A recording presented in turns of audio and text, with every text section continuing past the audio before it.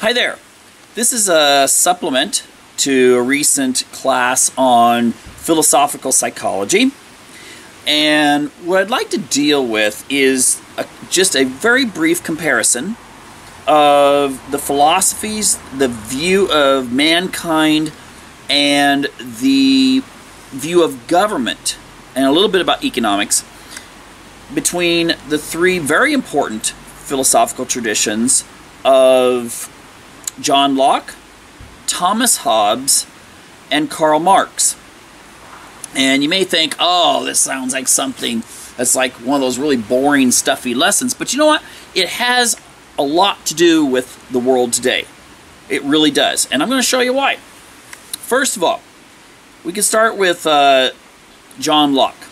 John Locke believed that humans were born with a certain set of rights, and you can sum those up in his famous phrase that people were born with the right to life, liberty, and the pursuit of property. And later, Thomas Jefferson, who was very much inspired by John Locke, would change that to life, liberty, and the pursuit of happiness. But some very important aspects of John Locke was that he believed that human beings originally started out kind of in this kind of romantic setting, kind of a Garden of Eden, in which people were, you had plenty of resources, people kind of did their own thing, and since he believed that people were born good, and in a sense also rational, that people would treat each other with respect and not, it wouldn't be like some sort of, Fear the Walking Dead episode or something like that. People would cooperate for the most part. There would be those that would do wrong, and I'll get to what you would do to those people in just a moment. But ultimately, John Locke believed that in order to learn about the way man should behave, the way God had created the universe, that people should study, they should ponder, they should explore. In fact, he was the one who pretty much came up with the foundations for the scientific method. But ultimately, John Locke believed people were good, and that but eventually, as society grew, you needed some sort of government. You needed someone basically to administer things like building a dam when the river would overflow and people would drown. So, well, it's time to build a dam. People needed to have some sort of structure in society. Ultimately, people don't do things just because it's a good idea. They tend to do things because they see the advantage. Also, someone's paying them money. And, ultimately, you actually can say people do things either out of love, money, or force.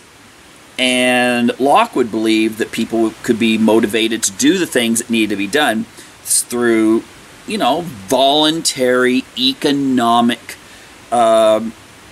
incentives, such as being paid. So we wound up with a division of labor. Some people became soldiers to defend the whatever tribe there was.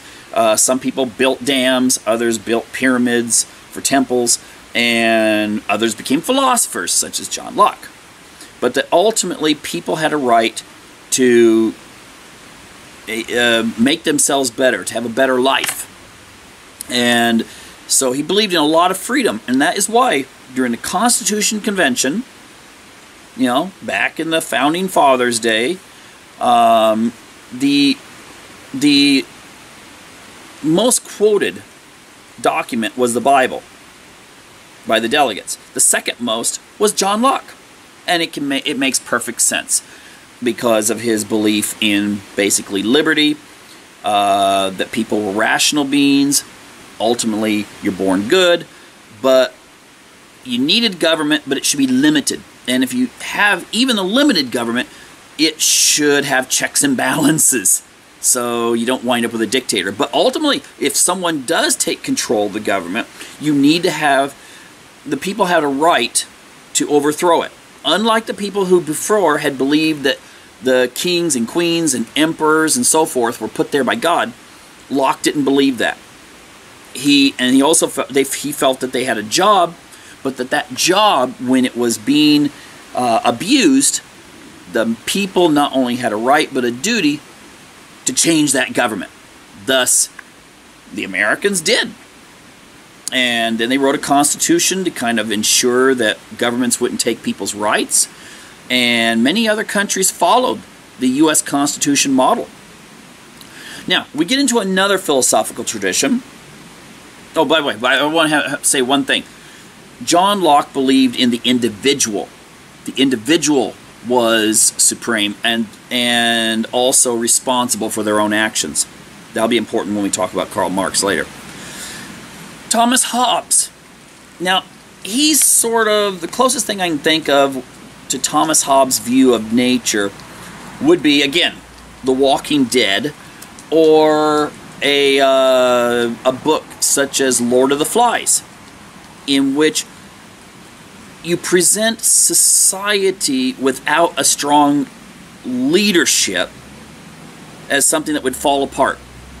Now, whereas Locke felt that individuals could come together to solve things, individuals could be trusted for the most part, and if they did something wrong, they should be punished, but by the consent of the people, Hobbes had a much dimmer view of human nature. He believed that basically people would go out and rape and plunder and, kill your pig and steal your daughters and, rape your horse or something like that. I mean, unless you have a central authority that would control and therefore ensure people's safety so that you could have civilization. Okay, so he believes ultimately that you have to have a powerful force that would make sure that people had the comfort and safety to pursue opening a business, to pursue being able to go out and be safe. And he'd probably point to countries, the United States and Britain. They went in, they bombed Libya and pretty much destroyed it. And Hobbes would be the kind of person who would say, well, wait a minute, when they had a central authority, when Gaddafi was in charge, or, Iraq when Saddam was in charge, there was order. And so Hobbes would tend to think that maybe governments should not be judged so harshly. Now, he believed in a parliament. He believed, though, in a monarchy or a very strong executive.